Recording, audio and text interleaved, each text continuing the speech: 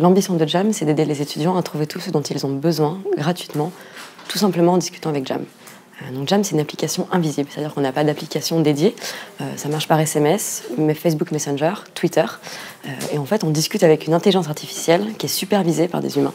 On va pouvoir lui demander tout ce qu'on veut. Un stage, un appart, un petit job, mais aussi un bar où sortir, une idée de cadeau, des conseils de cœur, d'orientation. Peu importe, on a une question, on la demande à Jam en langage naturel et Jam nous répond.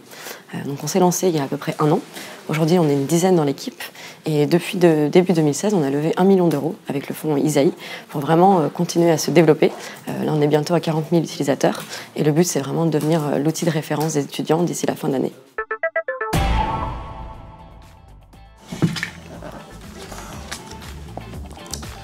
Qu'avez-vous de spécial par rapport à vos concurrents?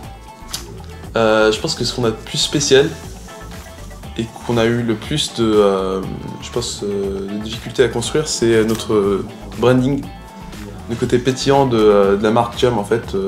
C'est même pas vraiment une marque, c'est ça qui est intéressant en fait, c'est qu'on a réussi à en faire vraiment un personnage.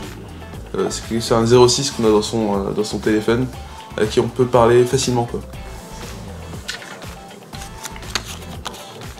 La demande la plus absurde que vous avez eue. Oula, il y en a plein là. Il y en a plein, c'est... Alors, il y en a une qui m'a bien fait rire. C'était Jam, envoie-moi un message enflammé pour faire croire à ma copine que j'ai une maîtresse. Et il y en a un deuxième, une fois, un utilisateur qui nous a demandé le prix de la tonne de rillettes milieu de gamme. Ça fallait l'imaginer quand même. Je regarde pas. Votre plus gros plantage? Ah, c'était peu de temps après que j'arrive à Jam. On avait une feature de Hook, dans Hook de Merci Alfred. Et là, d'un coup, plusieurs milliers de personnes veulent tester Jam. Et du coup, Jam complètement sous l'eau, l'IA du coup traitait que 20% des requêtes. Ce qui fait que du coup tout le monde devait répondre à la main et on n'a pas. Enfin, il y a des gens qui ont reçu des réponses au bout de 2 jours. On a eu quoi, 5000 utilisateurs d'un coup. On n'a pas prévu le coup. Mais je trouve que c'est le moment aussi où on a changé d'échelle quoi. On mélange bien. Hein, la dernière. Ah, je me demande laquelle c'est. La rencontre décisive de cette année. Allez, pour moi c'est la team.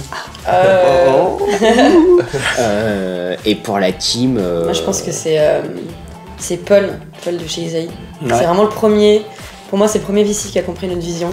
Mais c'est vraiment la discussion où on s'est dit, mais en fait, un investisseur, ça peut être un partenaire au-delà d'un partenaire financier, quoi. Enfin, c'est un partenaire plus que juste.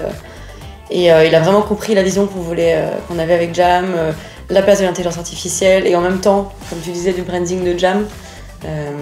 Et c'est allé très vite. Une fois qu'on l'a rencontré, 2 mois après, on avait levé des fonds, quoi. On avait levé 1 million. Donc, je pense que c'est une bonne rencontre. Bonjour Marjolaine, vous venez de lever 1 million d'euros avec Jam. Quels sont vos projets avec cette somme-là? Alors notre objectif pour l'année 2016, c'est vraiment de passer de 30% d'automatisation, donc d'intelligence artificielle, à 80% pour consolider le produit, être de plus en plus pertinent auprès des étudiants et surtout en accompagner de plus en plus. On est aujourd'hui à 40 000 utilisateurs. Notre objectif, c'est de passer à des centaines de milliers d'ici la fin d'année avec toujours le même service, voire encore mieux. Et vous n'êtes pas encore tout à fait rentable. Quelles sont vos solutions pour monétiser votre service? Alors on se concentre aujourd'hui sur la verticale des petits jobs qui marche très bien. En fait, on va matcher des étudiants qui cherchent des jobs avec des entreprises qui cherchent à recruter des étudiants. Donc ça peut être pour des missions ponctuelles comme street marketeur, ambassadeur, traducteur, etc. Comme du plus long terme, vendeur, serveur, peu importe. En fait, on va matcher leurs critères aux étudiants au profil que recherchent les entreprises et on prend une commission sur ce match. Très bien, longue vie à Jam. Et quant à nous, on se retrouve dans 2 semaines pour un nouvel épisode de Génération Startupper.